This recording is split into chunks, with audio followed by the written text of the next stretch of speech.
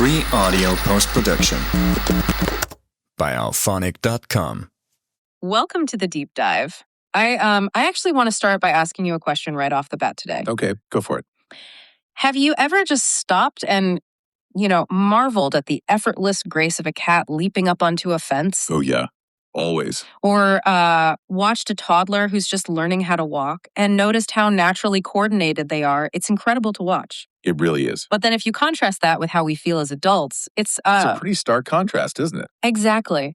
Most of us move through our daily lives feeling, honestly, completely disconnected from our bodies. We deal with these random stiffnesses, mysterious aches, and just this creeping sense that our physical machinery is getting rusty. Right. We go from that natural, fluid, almost bouncy childhood movement to feeling like we're constantly fighting our own biology just to, get out of a low chair. Yeah, that disconnect is exactly what we're tackling today. We are pulling from some really fantastic source material, excerpts from the book Longevity Through Physical Activity.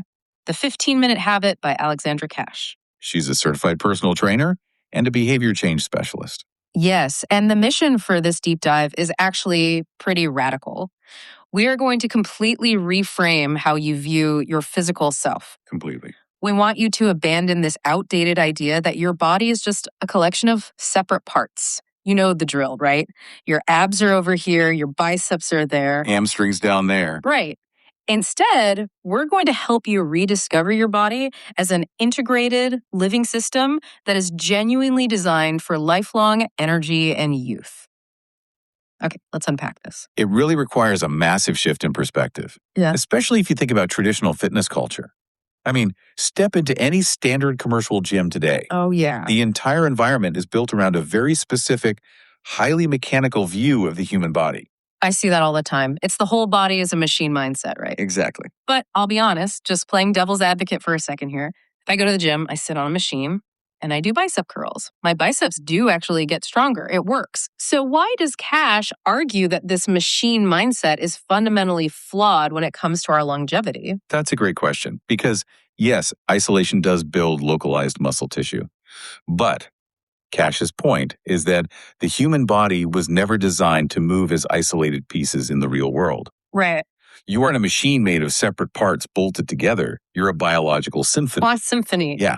When you sit on a machine that locks your spine in place so you can push with your legs, you're getting stronger in a vacuum. But in real life... Like walking or reaching for something. Exactly. Whether you're walking to the mailbox, running a marathon, bending down to tie your shoe, or reaching for a high shelf, every movement requires a seamless orchestration. Right. Your muscles, your fascia, ligaments, tendons, they all have to fire together in absolute harmony. A symphony is such a great way to picture it because if one section of the orchestra is playing offbeat, the whole piece just falls apart, even if the individual musicians are incredibly talented. So if we're a symphony, what's actually conducting the music? How does the body organize all these moving parts so we don't just collapse? That is where we get into the science of what Kash calls anatomical subsystems. In clinical terms, we refer to these as myofascial slings. Myofascial slings. Okay. These are essentially invisible threads running through your body, and they are responsible for creating flowing, powerful diagonal forces. They do the heavy lifting of transferring load, storing energy, and naturally stabilizing your joints. I love that the source text specifically points out that nature never moves in straight lines. Yes. If you look around, trees grow in these beautiful spirals, rivers carve twisting and turning paths through the landscape, and animals naturally use cross-body patterns to maximize their power and efficiency. It's all connected. Our bodies are exactly the same. We aren't built to move in rigid, linear up and down motions like a piston in an engine. What's fascinating here is that when you move across your body diagonally, you aren't just exercising. You're actually restoring the natural movement blueprint that your body fundamentally craves. Wow. And the payoff for you, the listener, is huge. When you start training these slings, you activate multiple systems simultaneously. You teach your muscles and your fascia to share the physical load intelligently. So it's not just one muscle taking all the strain. Exactly. And when you do that, the pain you thought was just a normal part of aging starts to fade. Your strength multiplies because your whole body is working together, rather than relying on one isolated muscle group to do a job it was never meant to do alone. It sounds almost like magic, but it's pure anatomy. Very much so. Let's get into the weeds a bit because Kash outlines 4 primary anatomical subsystems that shape how we move and how we live. Let's break these down, starting with the first one. The posterior oblique subsystem. The book calls this the engine of power. I love that term. Help me visualize this one. Engine of power is incredibly fitting. To visualize this, I want you to imagine an invisible force running diagonally across your back. Okay. It links your latissimus dorsi, Your lat. right, your lat on one side, Right. all the way down across the lower back to the opposite gluteus maximus. Yeah. And of course, there's a mirroring connection on the other side. So we're basically talking about a giant X shape right across the back of the body. Exactly, an X on the back. And its primary job is to stabilize your sacroiliac joints. The SI joints. Yes, your SI joints, right at the base of your spine. This stabilization is what allows for the smooth, safe transfer of force from your upper body to your legs when you're walking, running, or lifting something heavy. It's the silent stabilizer of all powerful rotational movement. I think we've all experienced this failing without realizing it. I mean, a few years ago, I threw my back out just picking up a 20-pound carry-on suitcase. Oh, classic. It wasn't even that heavy. I always thought I just had a weak lower back. No. But based on what Kamash is saying, could that actually be a failure of this posterior oblique sling? Absolutely. That is a textbook example. Your brain told your body to lift the bag, which requires your upper body and lower body to communicate. Right. If that diagonal connection is weak, the force transfer fails. When this posterior oblique system isn't doing its job, your body panics and tries to compensate. How does it compensate?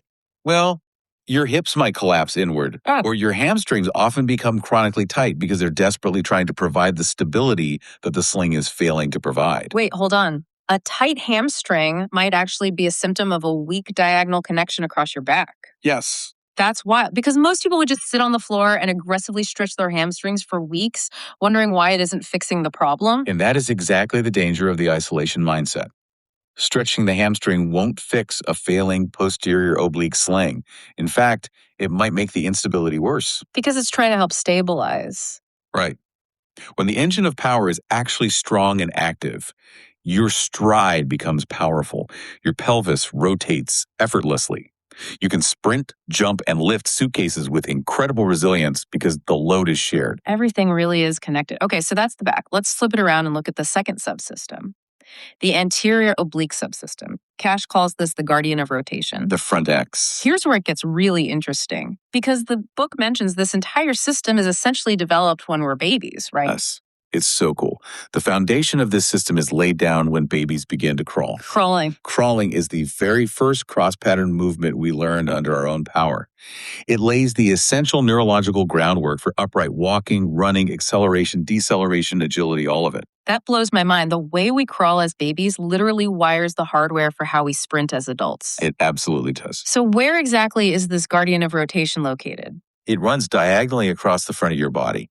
It connects your external obliques to your inner thighs on the opposite side. Its main responsibility is governing rotation, anti-rotation, and pelvic control. I notice Kash takes a pretty big swing at the whole fitness industry's obsession with six-packs in this section. What is she getting at there? Why is the six-pack mentality actually detrimental to this subsystem? Because the six-pack mentality focuses entirely on the rectus abdominis. That's the superficial muscle on the front of your stomach. Right, the mirror muscles. Exactly.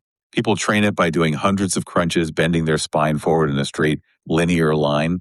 But the anterior oblique system isn't about looking good in a swimsuit. It's about rotational elegance. Rotational elegance. I like that. When this system is working beautifully, your core is genuinely stable in 3 dimensions. Your hips and your ribs move in perfect harmony. You're reactive, fluid, and controlled. And when it's dysfunctional?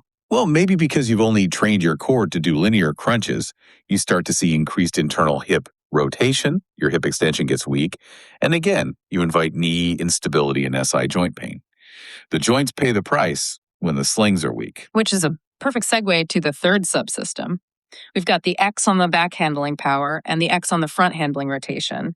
But gravity is pulling us down constantly. Every second. Right. Every time we take a step, there's an impact. How does the body handle that vertical force? That brings us to the deep longitudinal subsystem, which Kash refers to as the shock absorber. This is a vital one for protecting your joints over your lifespan. Unlike the oblique systems, which are diagonal, the deep longitudinal subsystem runs vertically. Straight up and down. Right. It goes right from your feet, up through your hamstrings, into your back, and along your spine. So it's basically the foundational pillar of the body. It is. Think about it exactly like a shock absorber on a car or a mountain bike. Its critical role is to manage ground reaction forces. Every single time your foot strikes the ground, whether you're just taking a walk or playing an intense game of tennis, a massive shock wave travels up your leg. This system is designed to absorb and organically redirect those impact forces while simultaneously stabilizing your trunk so your spine doesn't whip around. Let's use the tennis example.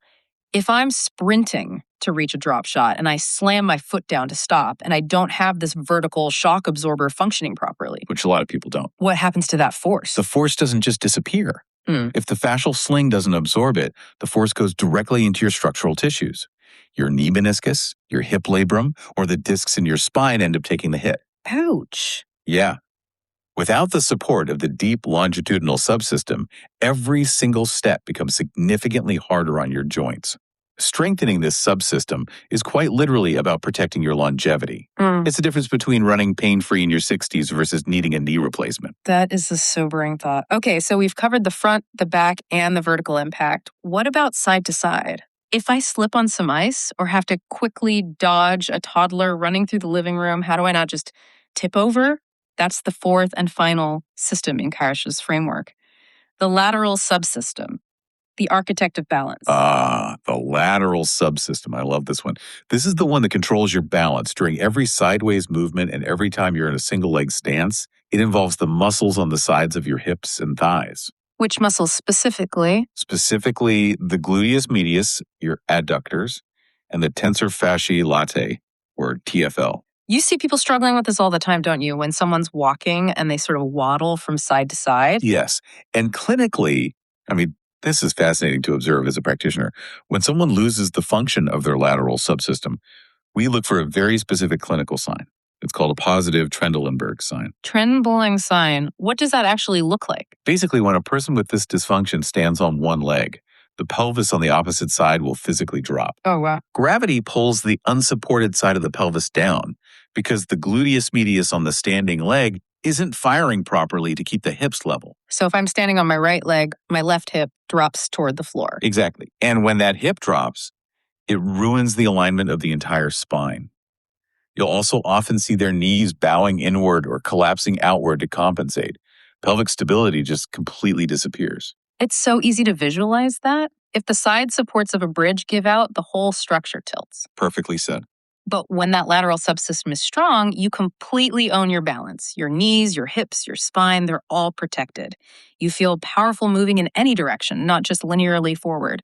Because, as Kash points out, balance isn't built by just standing perfectly still like a statue. Right. Real-world balance is dynamic. It's built through dynamic diagonal force management. Okay, so we've covered the engine of power on the back, the guardian of rotation on the front, the vertical shock absorber, and the lateral architect of balance.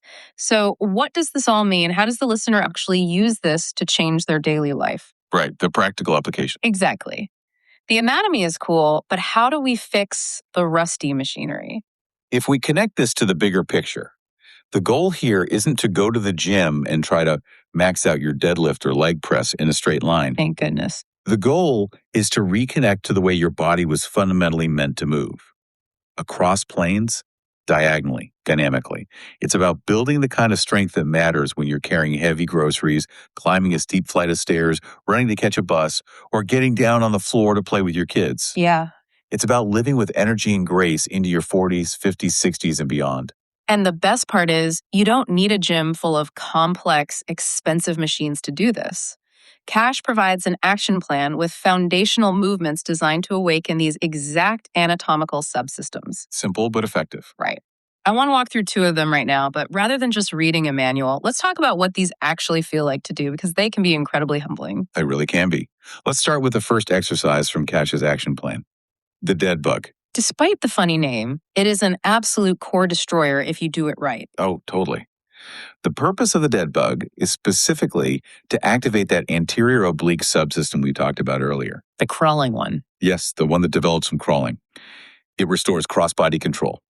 To do it, you lie on your back, arms extended straight up toward the ceiling, knees bent at a 90-degree angle right over your hips. Yeah. The crucial first step is bracing your core.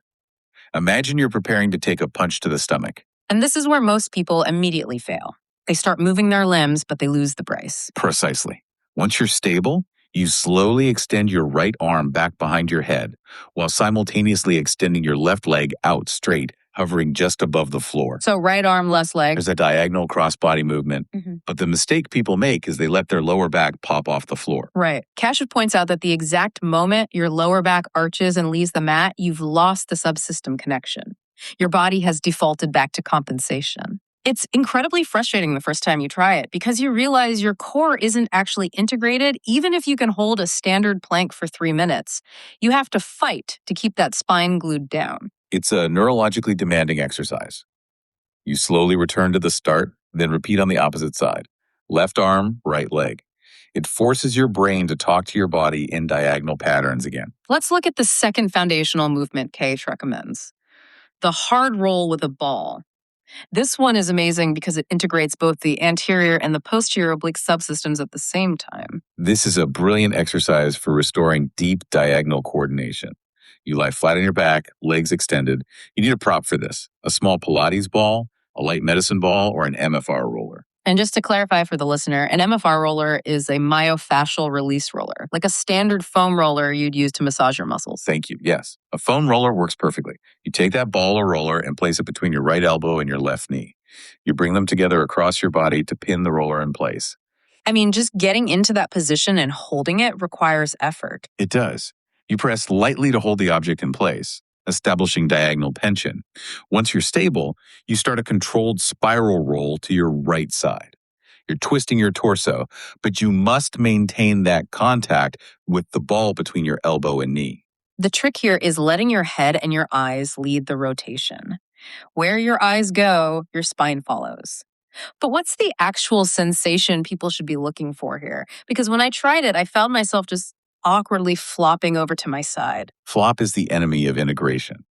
The sensation you're looking for is feeling your entire body wringing out along a diagonal line straight from your shoulder down to your hip, like wringing out a wet towel. Okay, wringing out a wet towel. You shouldn't be jerking your body or just pushing off the floor with your free leg. It has to be a smooth, unified roll driven by that cross-body tension. That wringing out feeling is exactly what tells you those deep fascial slings are finally waking up. It's so powerful to realize that real strength doesn't come from training parts. It comes from training connections. Absolutely. As we wrap up this deep dive, I want to leave you with a quote from Alexandra Kash's book that perfectly summarizes this entire philosophy. She writes, "When you move across your body, you move towards strength. When you move with your whole body, you move toward life." It's a beautiful summary. When we start moving along these natural diagonal pathways, we activate the deeper systems that coordinate everything. Muscles, fascia, ligaments, joints, all into one single integrated structure. Yeah. That's the moment movements suddenly feel fluid again.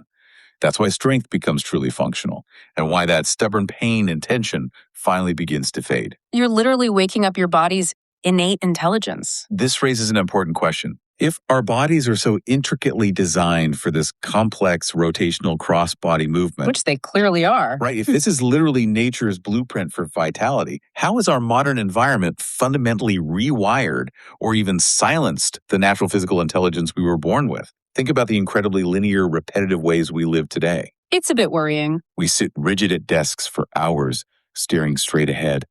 We drive cars with our arms and legs locked in straight lines. We walk almost exclusively on perfectly flat, artificial concrete pavements. What is that rigid linear world costing our biological symphony? That is a fascinating and slightly terrifying thing to think about as you go about your day. Thank you so much for joining us on this deep dive into the hidden web of strength. Next time you take a step, reach across your desk, or play with your kids, we encourage you to think about those invisible diagonal threads working to support you. Have a great day and keep moving toward life. Free audio post-production by alphonic.com.